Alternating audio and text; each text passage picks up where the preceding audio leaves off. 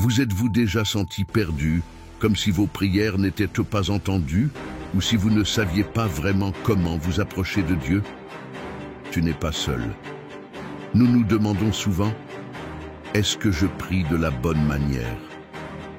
Ou est-ce que Dieu m'écoute vraiment?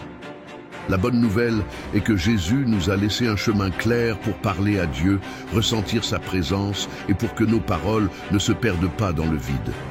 Dans cette vidéo, vous découvrirez comment vous connecter avec le cœur de Dieu comme Jésus nous l'a enseigné, ouvrant la porte à une relation plus profonde, pleine de paix, de but et de réponse. Rejoignez-nous et transformez votre façon de prier. Voudriez-vous aider davantage de personnes à trouver l'espoir et à apprendre à prier comme Jésus nous l'a enseigné? Cliquez sur « J'aime » et abonnez-vous à la chaîne. Chaque commentaire et chaque « j'aime » nous aide à toucher davantage de cœurs dans le besoin. Écrivez dans les commentaires « J'accepte Jésus-Christ comme mon seul et suffisant sauveur ». Et ensemble, nous apporterons ce message de foi et de salut à ceux qui en ont le plus besoin. Faites partie de ce dessein divin. Imaginez que vous êtes devant quelqu'un qui vous aime inconditionnellement, qui est toujours prêt à vous écouter, à vous guider et à vous protéger. C'est ainsi que Dieu est. Jésus nous a enseigné que lorsque nous prions, nous devons nous adresser à Dieu comme à notre Père céleste. Ce n'est pas une coïncidence, c'est une déclaration profonde de notre relation avec lui. Nous ne parlons pas à un être lointain, inaccessible ou indifférent. Nous parlons à quelqu'un qui nous connaît avant notre naissance, qui connaît nos pensées, nos rêves et même les larmes que nous versons en silence. Jésus a utilisé ces mots. Notre Père qui es aux cieux. Réalisez-vous à quel point c'est personnel. Dieu n'est pas seulement le Père de tous ou le Créateur de l'univers. Il est votre Père, quelqu'un de proche, plein d'amour, de miséricorde et de compassion. Jésus voulait que vous compreniez cela car en l'appelant Père, vous reconnaissez que vous avez une place particulière dans sa famille céleste. Peu importe la taille de l'univers, le nombre d'étoiles dans le ciel ou le nombre de millions de personnes qui habitent la Terre, vous êtes important pour lui. Pensez-y un instant. Comment aborderiez-vous un Père qui vous aime profondément? Pas avec peur ou honte, mais avec confiance. Jésus nous a montré que nous pouvons parler à Dieu comme nous le ferions avec un Père que nous admirons et respectons, mais aussi vers qui nous nous tournons lorsque nous avons besoin de réconfort et de conseils. De plus, Jésus a dit « Vous êtes au ciel ». Cela ne veut pas dire que Dieu est loin, mais qu'il est dans un endroit élevé et parfait, d'où il règne avec sagesse et puissance. C'est un rappel que, bien qu'il soit notre Père proche, il est aussi le roi de l'univers, digne d'honneur et de révérence. Lorsque vous parlez à Dieu en tant que Père, vous reconnaissez que vous avez une demeure éternelle avec lui. Vous vous approchez avec la certitude que peu importe ce à quoi vous faites face dans la vie, il existe un Père céleste qui vous écoute et se soucie de vous, règne, et qui a un plan parfait pour votre vie. C'est un acte de foi et de confiance qui transforme votre façon de prier et d'entrer en relation avec lui. Ainsi, chaque fois que vous priez, commencez par cette vérité dans votre cœur. Dieu n'est pas un juge sévère attendant de vous punir pour vos erreurs. C'est un Père aimant qui vous tend les bras pour vous recevoir, qui désire entendre votre voix et qui est toujours prêt à vous aider, peu importe l'ampleur de votre besoin ou la petitesse de votre prière. Imaginez que vous entrez dans la présence du Créateur de l'univers, quelqu'un qui soutient tout par le pouvoir de sa parole. Comment commenceriez-vous cette conversation? Jésus nous a montré que la meilleure façon de commencer est de faire preuve de gratitude. Avant de demander quelque chose, avant de parler de nos besoins, nous devons d'abord reconnaître ce que Dieu a déjà fait pour nous et le remercier de tout notre cœur. Pensons-y. Chaque jour où nous nous réveillons, le soleil brille sur nous, l'air remplit nos poumons et notre cœur bat sans que nous ayons à faire quoi que ce soit pour que cela se produise. Tout cela est un don de Dieu, Peu importe à quel point notre situation est difficile, il y a toujours quelque chose pour lequel nous pouvons remercier. C'est peut-être un petit miracle qui s'est produit ce matin, un mot d'encouragement que vous avez reçu de quelqu'un ou la simple bénédiction d'être en vie un autre jour. Jésus nous a donné l'exemple parfait. Avant d'accomplir de grands miracles, comme lorsqu'il a nourri 5000 personnes avec seulement 5 pains et 2 poissons, quelle a été la première chose qu'il a faite? Il leva les yeux au ciel et rendit grâce. Quelle est la puissance de cet acte? Elle nous enseigne que la gratitude ouvre non seulement les portes du ciel, mais nous prépare également à recevoir ce que Dieu a prévu pour nous. Mais pourquoi la gratitude est-elle si importante? Parce que cela nous concentre sur ce que Dieu a déjà fait, au lieu de nous laisser entraîner par ce qui nous manque. Lorsque vous remerciez, vous reconnaissez que Dieu a été fidèle dans le passé et que vous pouvez lui faire confiance pour l'avenir. C'est comme dire, « Seigneur, je sais que tu as été avec moi tant de fois, je sais que tu seras aussi avec moi maintenant. » De plus, la gratitude transforme nos cœurs. Au lieu de nous remplir de plaintes ou d'inquiétudes, cela nous remplit de paix et de joie. C'est une déclaration de foi. Dieu, je crois que tu es bon. Je crois que tu travailles dans ma vie et je suis reconnaissant pour ce que tu as fait et pour ce que tu feras. C'est comme si, à chaque mot de gratitude, nous disions « Seigneur, je te fais confiance ». Par conséquent, lorsque vous parlez à Dieu, commencez par le remercier.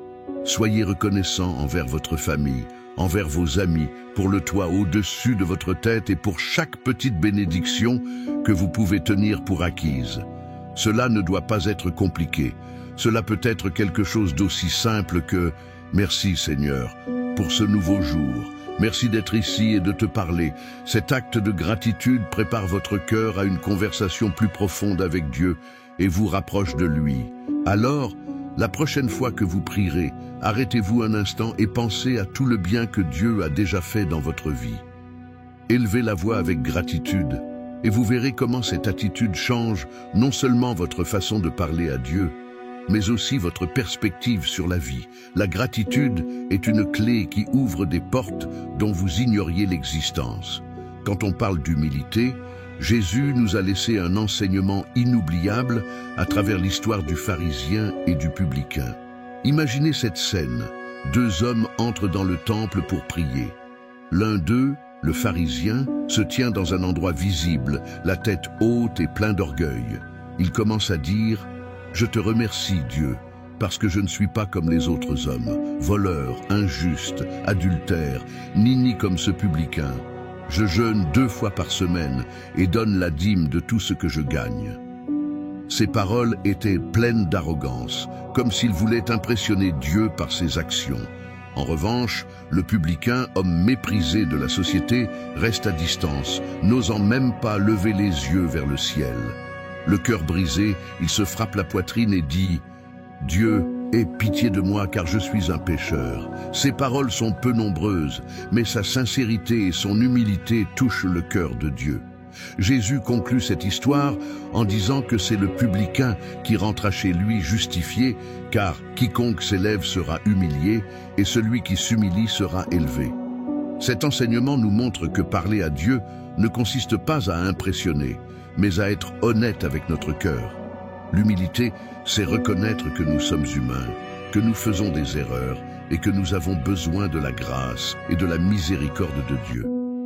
Il n'y a pas de place pour la fierté dans une conversation avec le Créateur, car il connaît même nos pensées les plus intimes. L'humilité nous permet d'approcher avec confiance, sachant que Dieu ne cherche pas la perfection, mais un cœur sincère. Pensez-y comme ceci. Dieu n'attend pas que vous veniez avec des paroles fantaisistes ou une liste de bonnes actions pour l'impressionner. Il veut que vous veniez tel que vous êtes, avec vos joies, vos peurs, vos échecs et vos espoirs. L'humilité ouvre la porte à une relation authentique avec Dieu, car elle reconnaît que nous dépendons de lui en tout.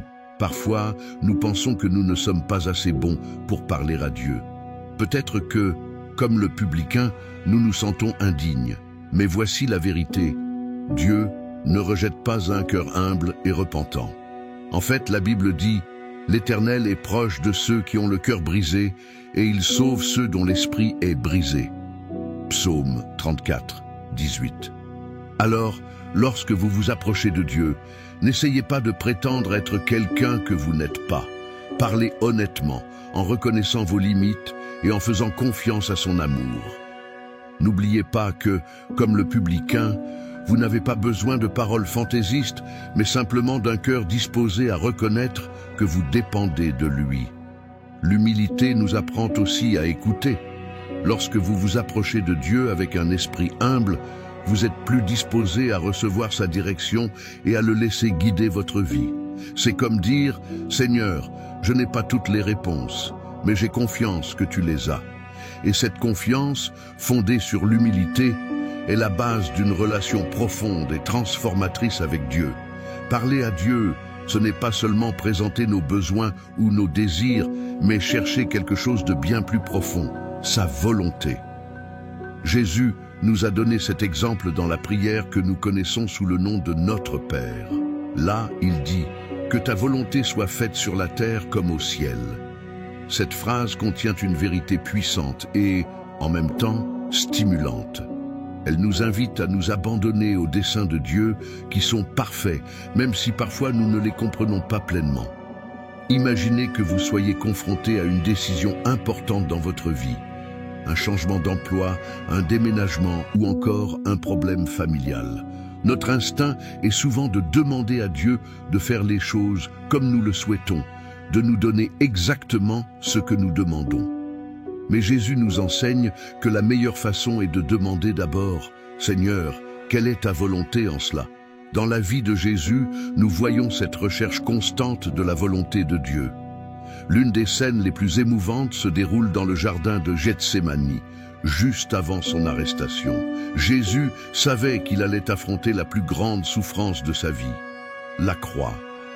Dans ce moment d'angoisse, il a prié avec ces mots « Père, si c'est possible, éloigne de moi cette coupe, mais que ce ne soit pas ma volonté, mais la tienne. » C'est l'exemple le plus clair de la manière de se soumettre à la volonté de Dieu, même lorsque cela n'est ni facile ni confortable. Voulez-vous transformer votre vie et vous rapprocher de Dieu? Alors c'est chez vous. Abonnez-vous à la chaîne pour recevoir plus d'enseignements qui rempliront votre cœur de foi et d'espoir. Et si aujourd'hui vous décidez de faire un pas de foi, écrivez dans les commentaires « J'accepte Jésus-Christ comme mon seul et suffisant sauveur ». Nous sommes ensemble sur ce chemin vers une vie utile en Christ. Parler à Dieu est un acte de foi. C'est comme tendre la main à quelqu'un dont vous savez qu'il vous aime profondément et qu'il a le pouvoir de changer votre vie. Jésus nous a montré que la foi est la clé lorsque nous communiquons avec Dieu.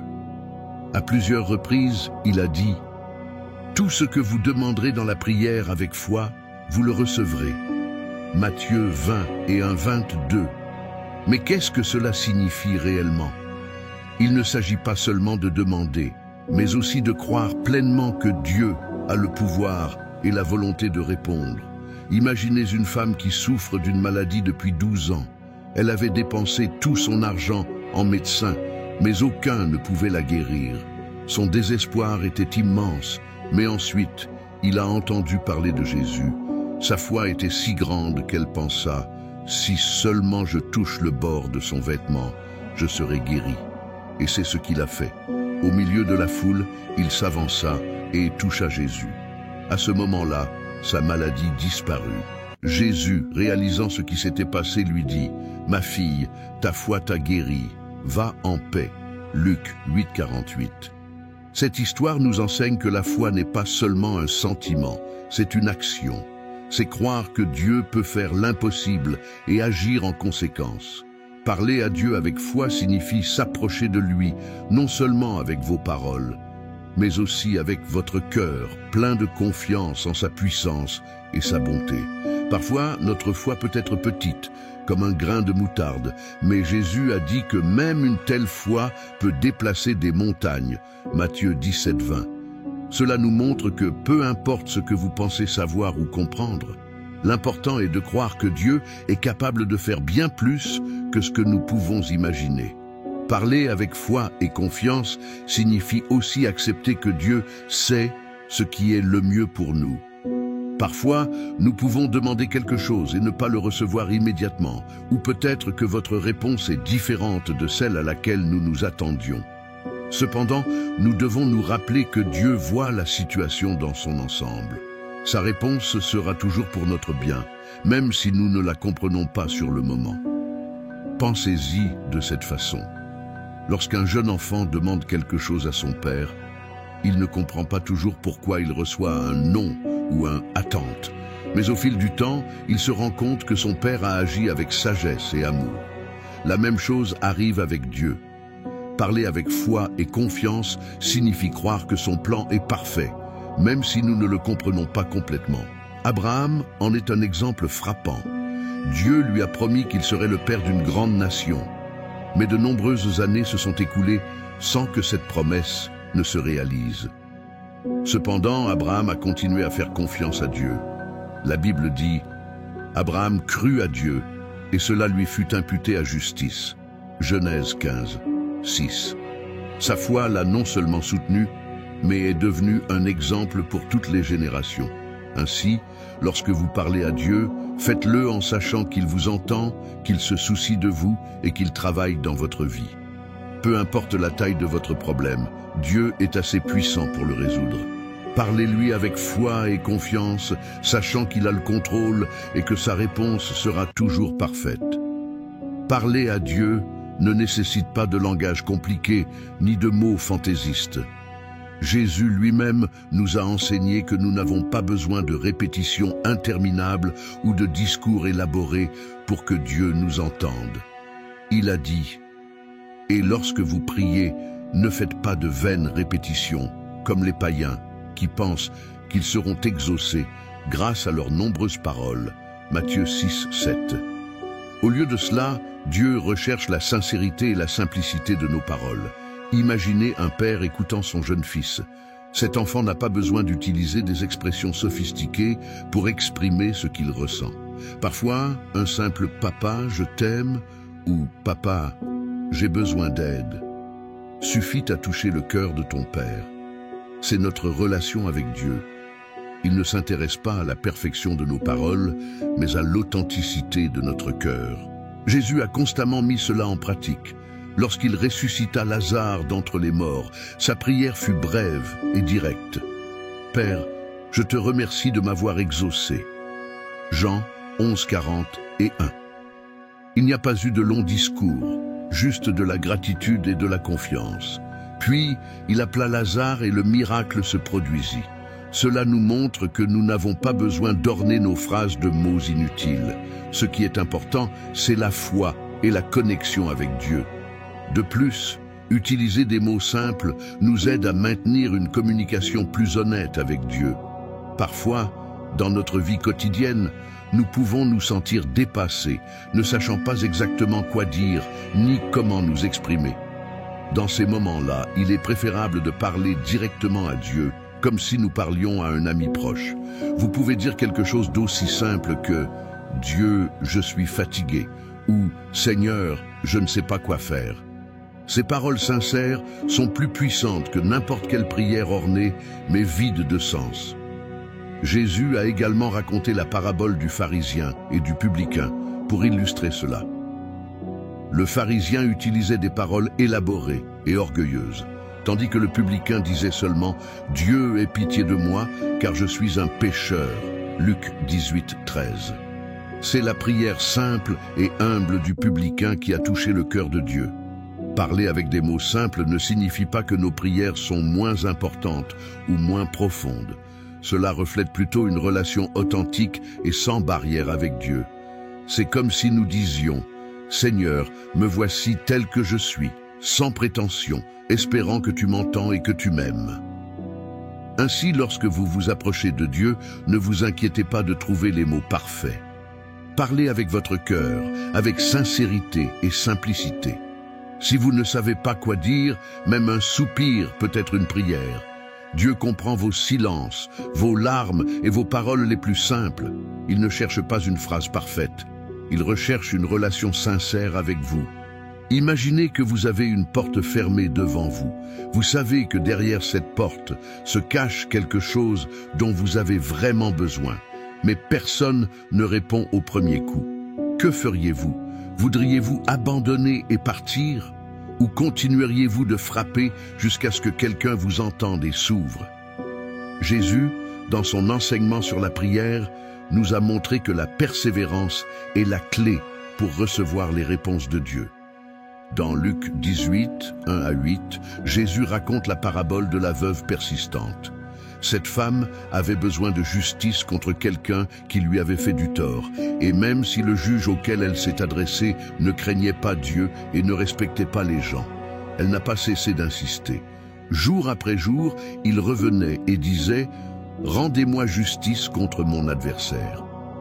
Au début, le juge l'ignora, mais sa persistance fut si constante qu'il finit par dire « Même si je crains Dieu et ne respecte personne, je rendrai justice à cette veuve, de peur qu'elle ne vienne continuellement m'épuiser avec ses exigences. » Jésus a conclu en disant que si un juge injuste a répondu à la persévérance de cette femme, combien plus notre Père céleste répondra-t-il à ceux qui crient vers lui jour et nuit. Cette parabole nous enseigne que la prière n'apporte pas toujours des réponses immédiates, mais cela ne veut pas dire que Dieu n'écoute pas. La persévérance dans la prière ne consiste pas à convaincre Dieu, mais à démontrer notre foi, notre dépendance et notre confiance qu'il travaille en notre faveur, même lorsque nous ne le voyons pas. Un autre exemple clair de persévérance se trouve dans la vie d'Élie. Sur le mont Carmel, après avoir prié pour que la sécheresse cesse, Élie grimpa au sommet et s'inclina pour prier. Il envoya son serviteur scruter l'horizon à la recherche de signes de pluie. À maintes reprises, le serviteur revenait en disant « Il n'y a rien ». Mais Élias n'a pas abandonné. Il a continué à prier, non pas une, ni 2 fois, mais 7 fois. Finalement, à la 7e tentative, le serviteur aperçut un petit nuage, semblable à la paume d'une main, qui apporta bientôt une grande pluie. La persévérance d'Élie nous montre que Dieu tient toujours ses promesses au moment idéal. La persévérance dans la prière n'est pas un acte de désespoir, mais de foi. C'est comme dire à Dieu « Je sais que tu es avec moi.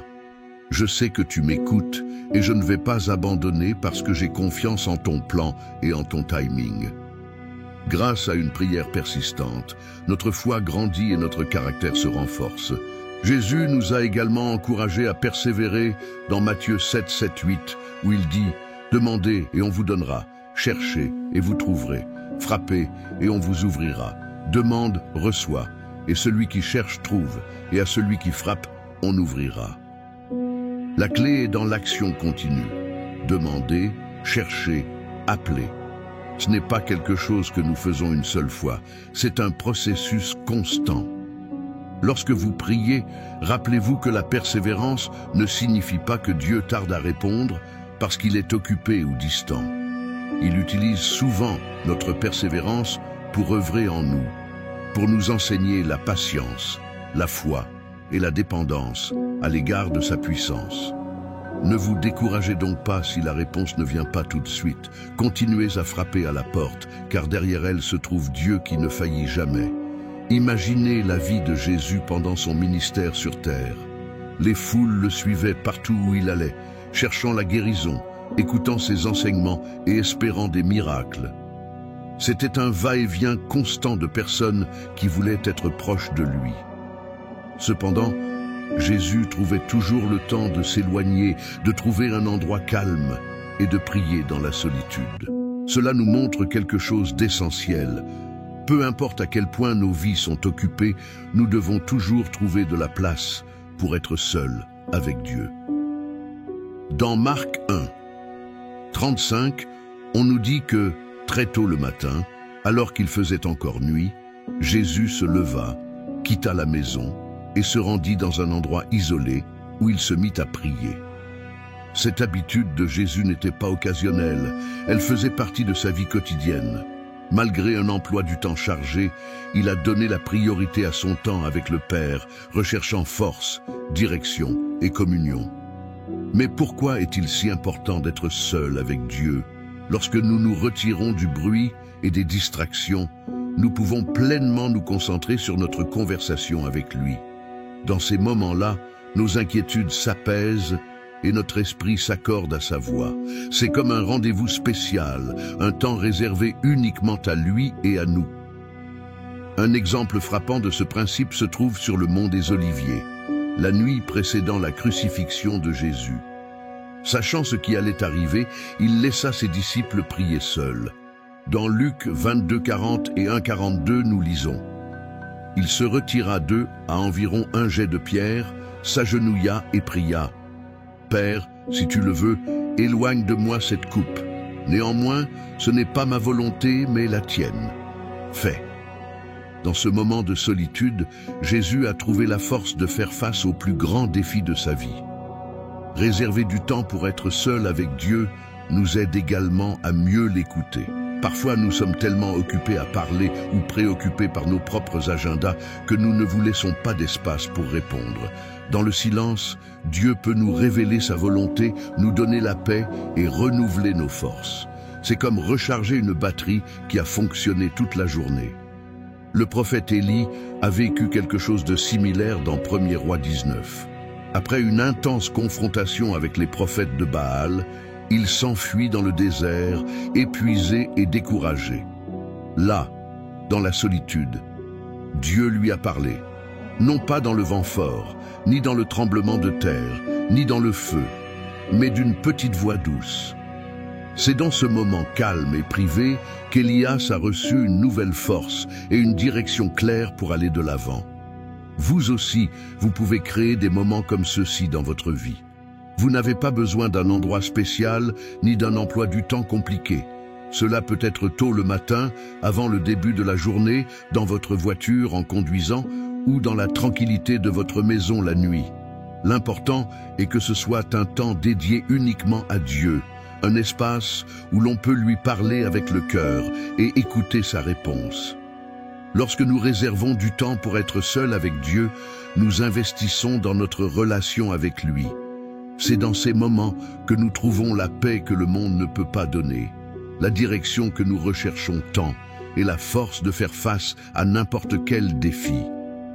Alors, peu importe à quel point votre vie est occupée, souvenez-vous de l'exemple de Jésus.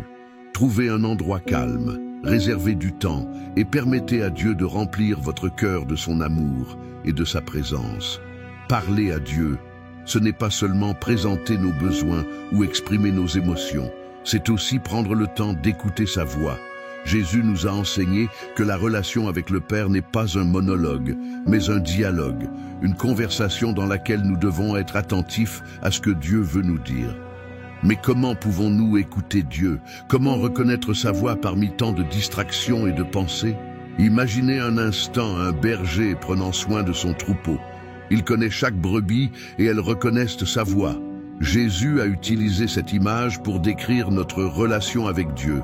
« Mes brebis entendent ma voix, je les connais, et elles me suivent. » Jean 10:27. Cela signifie qu'en tant qu'enfants de Dieu, nous avons la capacité de l'écouter et de comprendre ce qu'il veut nous dire. Écouter Dieu nécessite le calme. Dans le bruit de la vie quotidienne, il peut être difficile de discerner votre voix. Dans l'Ancien Testament, le prophète Élie a vécu un tel moment. Dans 1 Roi 19, après une expérience intense sur le mont Carmel, Élie s'enfuit dans le désert, fatigué et découragé. Là, Dieu lui a parlé, mais ce n'était ni par un vent puissant, ni par un tremblement de terre, ni par un incendie. C'était d'une voix calme et délicate. Cela nous enseigne que Dieu parle souvent dans les moments calmes, lorsque nous sommes silencieux et prêts à écouter. Mais comment savons-nous que Dieu nous parle? Sa voix sera toujours en harmonie avec sa parole. La Bible est la manière la plus claire par laquelle Dieu nous parle aujourd'hui. Lorsque nous le lisons à cœur ouvert, nous trouvons une direction, du réconfort et des réponses. Par exemple, dans les psaumes, nous pouvons entendre Dieu nous dire « Tais-toi et sache que je suis Dieu » Psaume 46, 10. Ce verset n'est pas seulement une invitation à s'arrêter, mais aussi à faire confiance en sa présence et sa souveraineté. Jésus nous a également montré que Dieu peut nous parler par le Saint-Esprit. Avant de partir, il dit à ses disciples, « Mais le Consolateur, le Saint-Esprit, que le Père enverra en mon nom, vous enseignera toutes choses et vous rappellera tout ce que je vous ai dit. » Jean 14, 26. Cela signifie que lorsque nous sommes attentifs, le Saint-Esprit nous guide, nous rappelle les paroles de Jésus et nous donne la sagesse pour prendre des décisions. Écouter Dieu n'implique pas toujours des paroles audibles. Parfois, c'est une paix inexplicable que nous ressentons lorsque nous prenons la bonne décision. D'autres fois, c'est une pensée ou une idée qui surgit pendant que nous prions. Dieu peut même nous parler à travers des personnes, des circonstances ou des sermons. La clé est d'être attentif et de discerner. Pour écouter Dieu, nous avons aussi besoin de temps et de volonté. Il ne s'agit pas de se précipiter pour terminer nos prières et reprendre nos activités. C'est comme une conversation avec un ami. Il faut lui laisser un espace pour qu'il puisse parler aussi. Comme Samuel dans le temple, nous devons apprendre à dire « Parle Seigneur, car ton serviteur écoute ». 1 Samuel 3,10. Alors, lorsque vous parlez à Dieu, n'oubliez pas de faire une pause. Après avoir exprimé vos pensées, vos émotions et vos demandes, restez silencieux pendant un moment. Laissez Dieu parler à votre cœur. Vous n'entendrez peut-être pas de réponse immédiate, mais avec le temps, vous apprendrez à reconnaître sa voix dans le bruit. L'écoute de Dieu est une partie essentielle de notre relation avec lui. Et dans cette écoute, nous trouvons la direction, la paix et le but dont nous avons besoin pour marcher dans sa volonté. Quand Jésus a enseigné à ses disciples la prière, il leur a donné une clé puissante pour s'approcher du Père, demander en son nom. Dans Jean 14, 13-14, Jésus dit « Tout ce que vous demanderez au Père en mon nom, je le ferai, afin que le Père soit glorifié dans le Fils. Si vous demandez quelque chose en mon nom, je le ferai. » Ces paroles sont une invitation à prier avec confiance, sachant que Jésus est notre médiateur et notre accès direct à Dieu. Mais que signifie demander au nom de Jésus? Ce n'est pas simplement une phrase que l'on ajoute à la fin de nos prières, comme un rituel ou une formule magique. Demander au nom de Jésus signifie prier en accord avec sa volonté, son caractère et ses desseins. C'est reconnaître que, par Jésus, nous avons accès au trône de la grâce et pouvons nous approcher du Père avec liberté et confiance. Pour mieux comprendre cela, imaginez que vous ayez besoin de parler à un roi. Tout le monde ne peut pas entrer dans le palais et se présenter devant lui. Cependant, si le fils du roi vous accompagne et vous présente en disant « Père, cette personne vient avec moi », le roi vous accueillera à bras ouverts. C'est exactement ce qui arrive lorsque nous prions au nom de Jésus. Il est notre intercesseur, le Fils bien-aimé qui nous donne accès au Père. La Bible nous montre des exemples de la manière dont Jésus lui-même a utilisé ce lien dans ses prières. Avant de ressusciter Lazare, Jésus a prié en disant « Père, je te remercie de ce que tu m'as entendu. Je savais que tu m'écoutes toujours. Mais je l'ai dit à cause de la foule autour, afin qu'ils croient que tu m'as envoyé. » Jean 11, 41-42.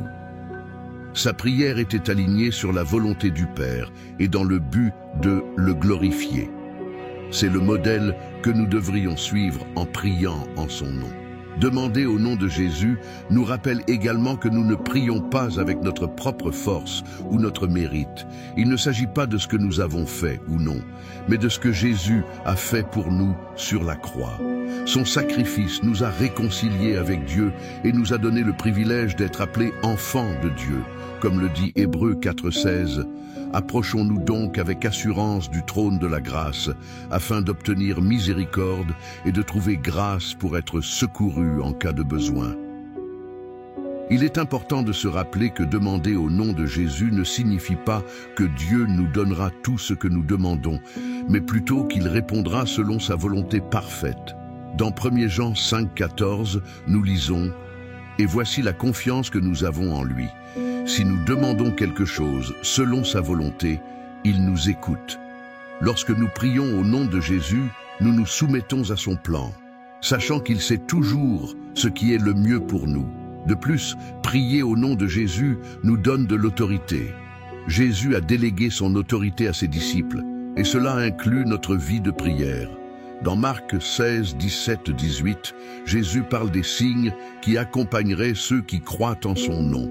Il chasserait les démons, guérirait les malades et ferait de grandes choses. Cela nous montre que prier en son nom n'est pas seulement un privilège, mais aussi un appel à agir avec foi et courage.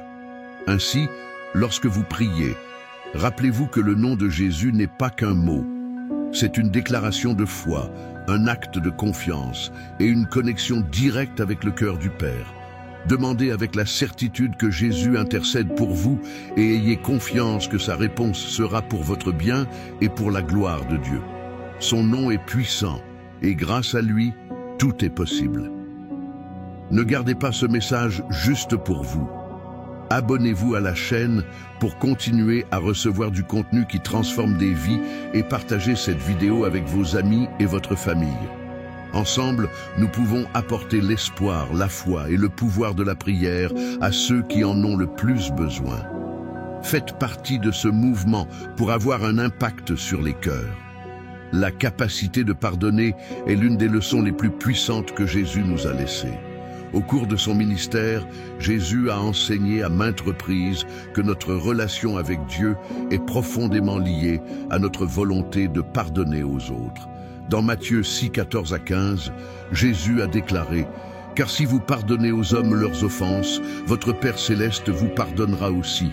Mais si vous ne pardonnez pas aux hommes leurs offenses, votre Père non plus ne vous pardonnera pas vos offenses. » Ces mots ne constituent pas une simple recommandation, ils constituent un mandat qui définit notre vie spirituelle. Imaginez Pierre, l'un des plus proches disciples de Jésus, s'approchant avec une question sincère. « Seigneur, combien de fois devrais-je pardonner à mon frère qui pêche contre moi? Jusqu'à 7 fois ?»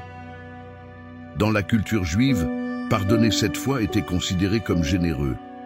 Mais Jésus, dans son infinie sagesse, répondit « Je ne vous le dis pas jusqu'à 7 fois, mais jusqu'à 70 fois 7 fois. » Matthieu 18, 20 et 1, 22. Cette réponse ne consistait pas à tenir un registre numérique, mais à adopter un cœur prêt à pardonner sans limite. Pour illustrer cet enseignement, Jésus a raconté la parabole du serviteur impitoyable, Matthieu 18, 23, 35. Il y avait un roi qui décida de régler ses comptes avec ses serviteurs. L'un d'eux lui devait une somme énorme, une somme impossible à payer. Le roi, ému par la compassion, remit toute la dette. Cependant, ce même domestique, en partant, trouva un autre compagnon qui lui devait une petite somme. Au lieu de faire preuve de pitié, il l'a saisi à la gorge et a exigé un paiement, l'envoyant même en prison.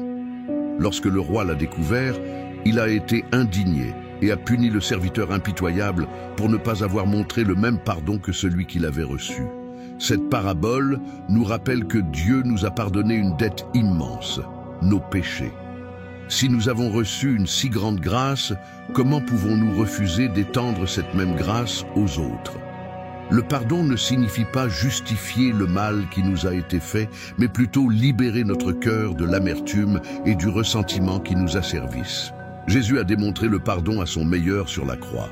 Après avoir été trahi, humilié et injustement crucifié, il a dit « Père, pardonne-leur, car ils ne savent pas ce qu'ils font. » Luc 23, 34. Ces paroles reflètent non seulement le caractère de Jésus, mais elles nous montrent comment nous devons agir, même dans les situations les plus difficiles.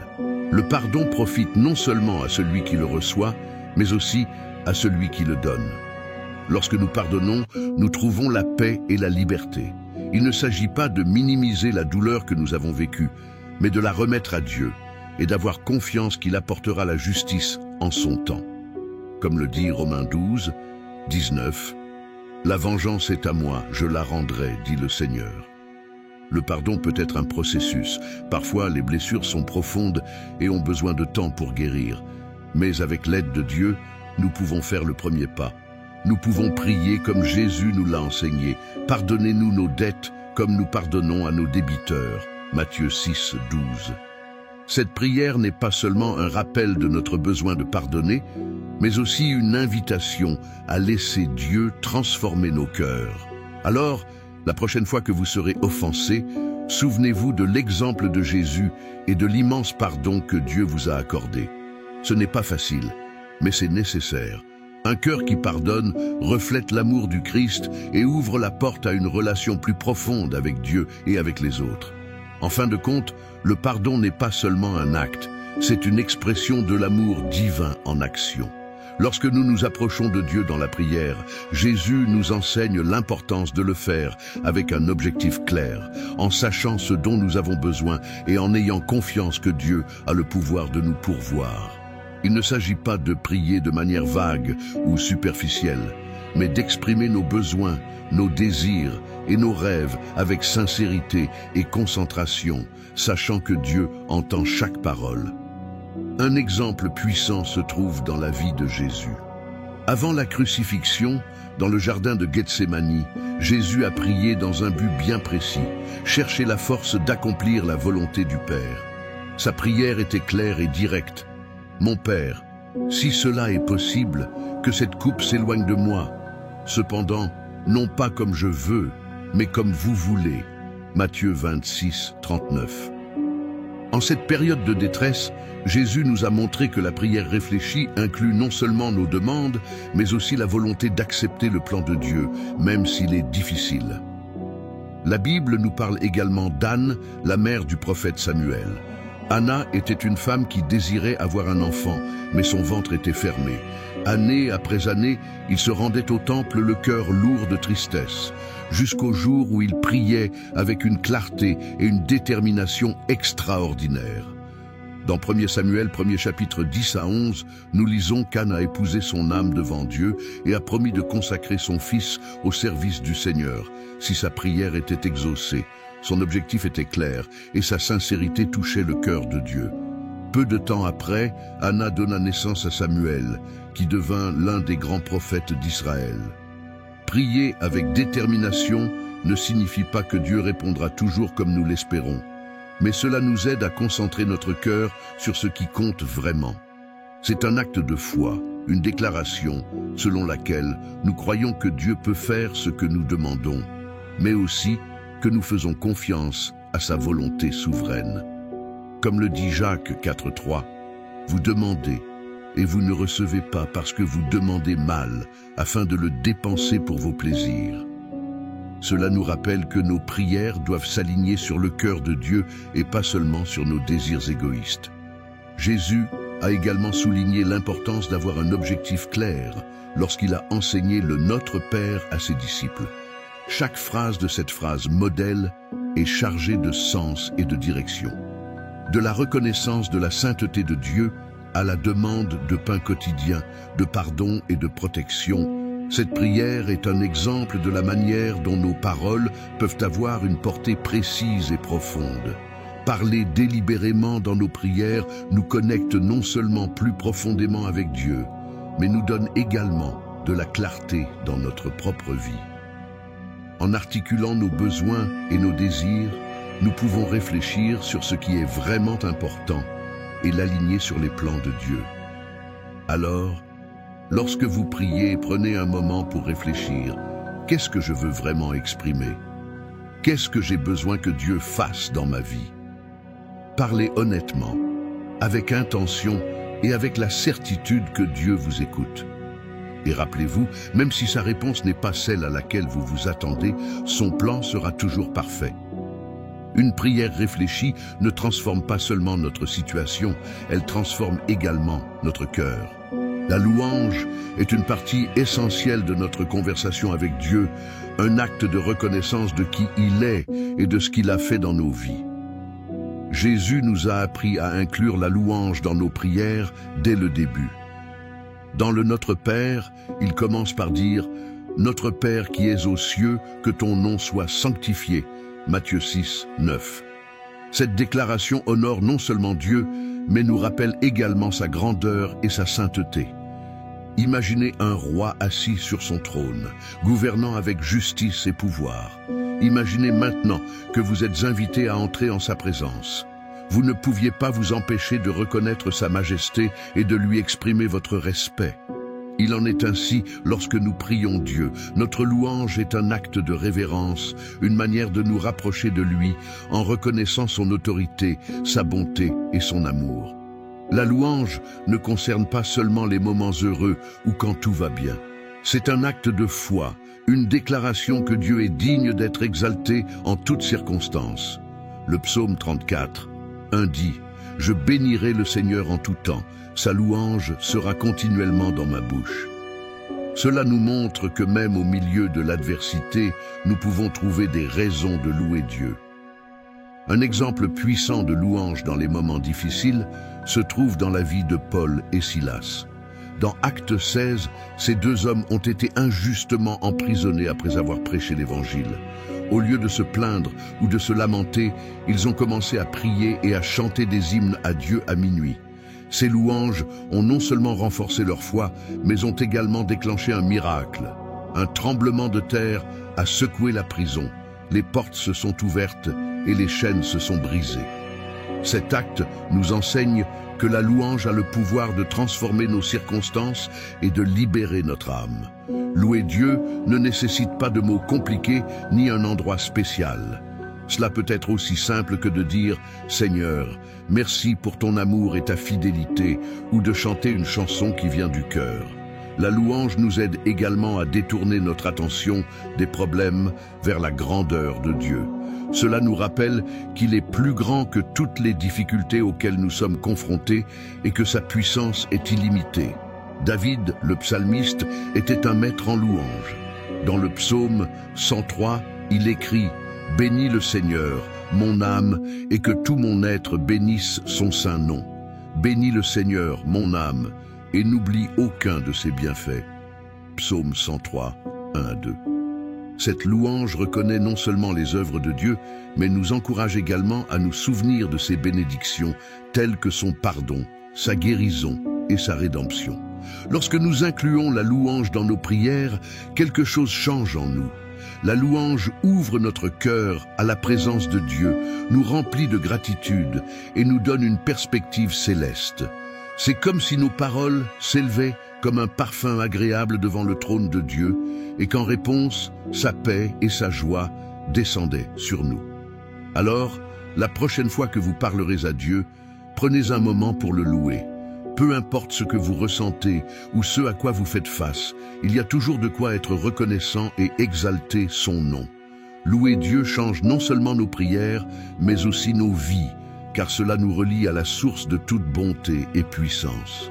Parler à Dieu est un acte de foi, mais faire confiance à sa réponse est l'expression ultime de cette foi. Lorsque nous prions, nous remettons nos besoins, nos désirs et nos préoccupations entre les mains de celui qui sait tout et peut tout faire. Cependant, parfois la réponse de Dieu n'est pas celle à laquelle nous nous attendions, ou elle semble prendre plus de temps que nous l'imaginions. Dans ces moments-là, lui faire confiance devient une décision, un choix de croire que sa volonté est bonne, agréable et parfaite. Imaginez la vie d'Abraham. Dieu lui a promis qu'il serait le père d'une grande nation, mais les années ont passé et le fils promis n'est pas arrivé. Abraham a peut-être perdu espoir, mais la Bible nous dit que Abraham crut à Dieu et cela lui fut imputé à justice. Genèse 15, 6. Leur confiance dans la promesse de Dieu a été mise à l'épreuve à maintes reprises, mais en fin de compte, la naissance d'Isaac a démontré que Dieu tient toujours ce qu'il promet, même si pas toujours dans les délais prévus. Jésus lui-même nous a montré comment faire confiance à la réponse de Dieu. Dans le jardin de Gethsémani, face aux souffrances de la croix, il a prié avec honnêteté et vulnérabilité. « Mon Père, s'il est possible que cette coupe s'éloigne de moi, cependant, non comme je veux, mais comme tu veux. » Matthieu 26h39. Même s'il savait que la réponse impliquerait un grand sacrifice, il faisait entièrement confiance à la volonté du Père, sachant que c'était le chemin vers la rédemption de l'humanité. Faire confiance à la réponse de Dieu signifie également accepter qu'il puisse réagir de manière différente de celle à laquelle nous nous attendons. Parfois, la réponse est « oui » et nous faisons immédiatement l'expérience de sa provision et de sa puissance. D'autres fois, la réponse est « attendez », parce que Dieu travaille sur quelque chose de plus grand que nous ne pouvons l'imaginer. Et dans certains cas, la réponse est « non ». Non pas parce que Dieu veut nous refuser quelque chose, mais parce qu'il a quelque chose de mieux pour nous. On en trouve un exemple dans la vie de l'apôtre Paul. Dans 2 Corinthiens 12, 7 à 9, Paul parle d'une écharde dans la chair, quelque chose qui lui faisait souffrir.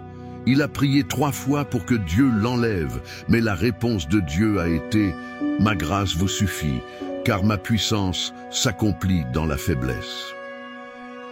Au lieu d'éliminer le problème, Dieu a donné à Paul la force d'y faire face, lui montrant que sa grâce était suffisante. La confiance dans la réponse de Dieu nous invite à nous reposer sur sa souveraineté. Comme le dit Isaïe 55, 8 à 9, « Car mes pensées ne sont pas vos pensées, et vos voix ne sont pas non plus mes voix, dit l'Éternel. Comme les cieux sont plus hauts que la terre, ainsi mes voix sont plus hautes que vos voix, et mes pensées sont plus hautes que la terre, plus que vos pensées. Cela signifie que même si nous ne comprenons pas pleinement ce que Dieu fait, nous pouvons être sûrs que son plan est pour notre bien. Nous pouvons également trouver du réconfort dans les paroles de Romains 8, 28, et nous savons que toute chose concourt au bien de ceux qui aiment Dieu, de ceux qui sont appelés selon son dessein. Cela nous rappelle que même en période d'incertitude, Dieu travaille pour notre bénéfice, même si nous ne pouvons pas le voir tout de suite. Ainsi, lorsque vous priez, ayez confiance que Dieu vous entend et travaille en votre faveur. Même si la réponse n'est pas celle à laquelle vous vous attendiez, rappelez-vous qu'il vous aime profondément et cherche toujours le meilleur pour vous. En fin de compte, faire confiance à la réponse de Dieu nous conduit à une foi plus profonde, à une paix qui dépasse toute compréhension et à une relation plus étroite avec celui qui ne nous abandonne jamais. Parler à Dieu n'est pas un privilège réservé à quelques-uns. C'est un don que Jésus nous a laissé pour que nous puissions trouver la paix, la direction et l'espoir au milieu de n'importe quelle situation. Si vous vous êtes déjà senti distant, ne sachant pas quoi dire ni comment le faire, vous avez désormais le chemin clair que Jésus nous a révélé. Priez avec foi, sincérité et confiance. Dieu attend de vous entendre, de guérir vos blessures et de répondre à vos besoins. Aujourd'hui, vous pouvez entrer dans une relation plus profonde et plus transformatrice avec lui. Êtes-vous prêt à expérimenter le pouvoir de la prière authentique? Le moment est venu de parler à Dieu